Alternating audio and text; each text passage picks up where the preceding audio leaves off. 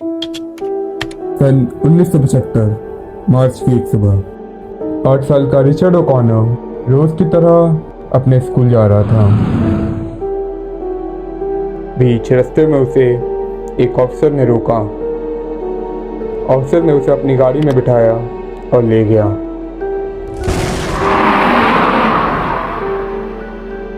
इस बात से अनजान कि उसे कोई देख रहा है, उस कोई को कुछ अजीब लगा। उसने पुलिस को इन्फॉर्म किया और रिचर्ड की खोज शुरू हुई। पेट्रोलिंग टीम उस कोई के दिए गए बयान के अनुसार उस सफ़ेद कार की तलाश में लग गई और कुछ ही देर बाद पार्किंग से थोड़ी दूर खड़ी एक सफ़ेद कार पेट्रोलिंग टीम के नजर में आई। पेट्रोलिंग टीम को उस कार में कुछ सस्पिशियस लगा। जवाब दिलो। पुलिस ने आदेश दिया।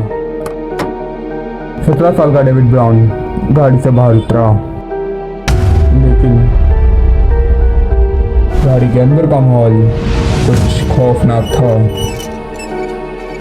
अंदर खून से लथपथ मलमूत्र से संधा हुआ रिचर्ड ओकॉनर मरने के हालात में पड़ा था।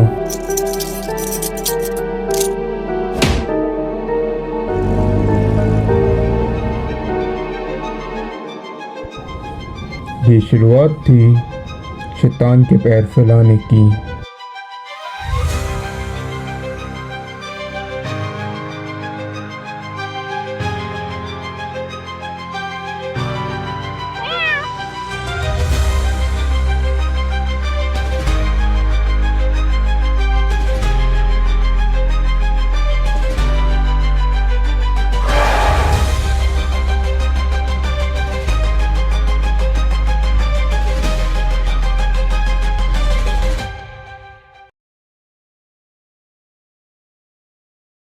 सन 1977 24 सितंबर मैसाचुसेट्स व्हाइट सिटी सिनेमास के बाहर डेविड ब्राउन एक बार चुना अपने अगले शिकार का इंतजार कर रहा था।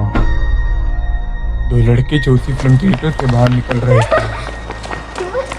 अर्जुना उनके पास आया, अपने आप को FBI का एजेंट बताया और उन दोनों बच्चों को अपने साथ ले गया। गाड़ी एक वीरान जगह पर रुकी।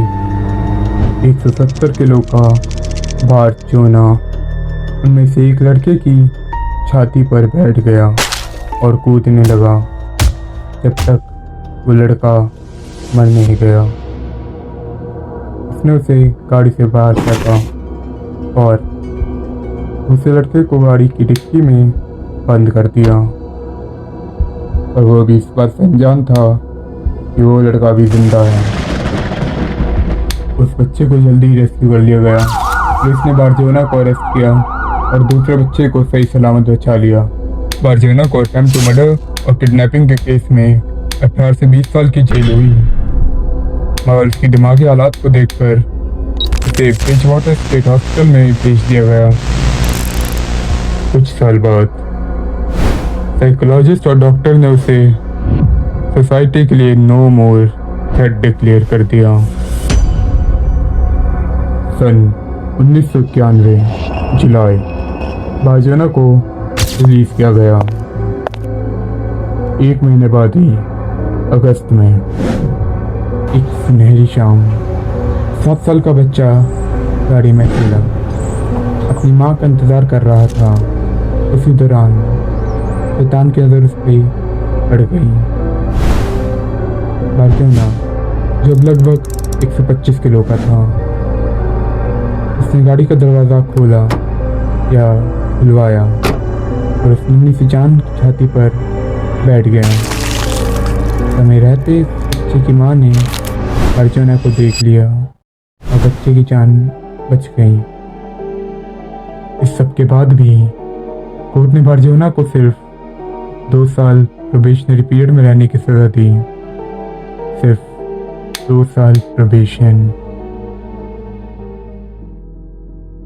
सन 1996 6 फरवरी की एक सुबह 10 साल था जैक रमसे, ब्लू डेनिम जैकेट और ब्लू जर्सी, जिसके पीछे उसका लास्ट नेम रमसे प्रिंटेड था। रोज की तरह वो अपने स्कूल जा रहा था, पर आज कुछ अलग था। शायद किस्मत उसके साथ नहीं थी। 6th से 7th स्ट्रीट के बीच वो कहीं गायब हो गया। स्कूल से एक फोन आया। आज रैमसे स्कूल क्यों नहीं आया? माँ घबरा गई। देर न करते हुए जैक की मिसिंग रिपोर्ट फाइल कराई। एक फैमिली जो उसी स्ट्रीट के एक अपार्टमेंट में रहा करती थी, उन्होंने रैमसे और एक ऑफ वाइट कार को देखने का दावा किया। एक व्यक्ति जो बार्जोना को जानता था, उसने उसे सुबह लगभग 7:15 बजे कच्चे के डिब्बे के सामने खड़ा हुआ देखा। बार्जोना ने एक ब्लू कलर की जैकेट पहनी हुई थी।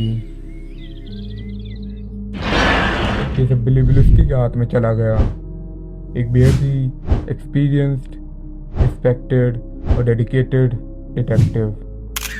उन्हें लोग one of the greatest farmer detective this committee has ever known के नाम से भी जानती थी। और इसी के साथ शुरू होती है बार्जोना की अरेस्ट की कहानी शुरू। बिल्ली ने लोकल रजिस्टर्ड सेक्स ऑफेंडर्स की लिस्ट निकलवाई, और उसकी नज़र शुरुआत से ही बार्जोना पर थी, जो उस लिस्ट में था ही नहीं। फिर भी उसने बार्जोना के घर की तलाशी लेने का फैसला किया और कोर्ट में सर्च वारंट की रिक्वेस्ट की, जो खारिज हो गई। केस की फाइल अब समय के साथ साथ धूल खाने लग गई, पर बिली ने अब तक हार नहीं मानी थी। और लगभग 3-3.5 साल बाद सन 1999 दिसंबर 13 बार्जोना को एक एलिमेंट्री स्कूल के सामने देखा गया, और ये उसका इस हफ्ते में तीसरा चक्कर था। और इस बार एक डार्क ब्लू जैकेट और एक कैप में था। उसके पास एक टॉय गन और 2 पेपर स्प्रे भी थे, पर इसके अलावा एक पुलिस बैज भी। इस तरह के कपड़े पहनकर एलिमेंट्री स्कूल जाने की वजह साफ थी, एब्डक्शन। पर इस बार पुलिस ने बार्जोना को रंगे हाथों पकड़ लिया, और 2 दिन बाद ही बिल को सर्च वारंट मिल गया।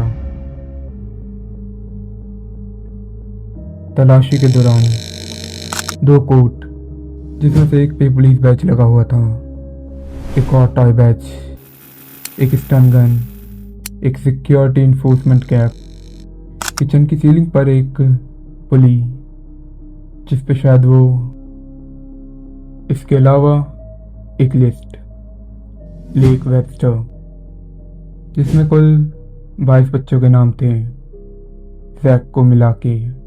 जैक के नाम के साथ डेड वर्ड जुड़ा था, और कुछ हजारों बच्चों की फोटोग्राफ, एक अनडेवलप्ड सेक्सुअल फिल्म। उस फिल्म में 3 बच्चे थे जिन्हें आज भी आइडेंटिफाई नहीं किया गया है। उसके किचन की मिक्सी से एक इंसानी बाल मिला, फिर एक डायरी जिसे डिकोड करने में 1 महीना निकल गया। वो एक रेसिपी बुक थी जिसे शायद बार्जोना ने लिखा था, पर वो रेसिपी इंसानों के लिए तो नहीं थी, क्योंकि रेसिपी कुछ इस प्रकार थी। इसके घर के पास की एक वीरान जगह पर खुदाई के समय 8 से 13 साल के बच्चे का कंकाल मिला। डीएनए टेस्ट में वो उस बाल से तो मैच नहीं हुआ, मगर शक भी बेकरार था। सन 2005 जुलाई बार्जोना पर अनगिनत बच्चों की किडनैपिंग, सेक्सुअल असॉल्ट और जैक के मर्डर का केस दर्ज हुआ। In light of the evidence presented, this court finds you responsible.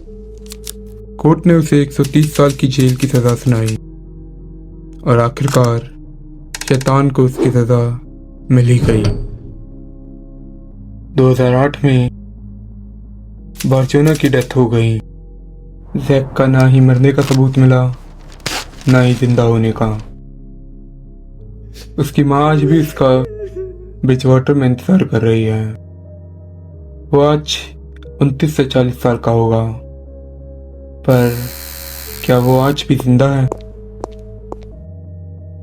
फिर मिलते हैं एक नई कहानी के साथ।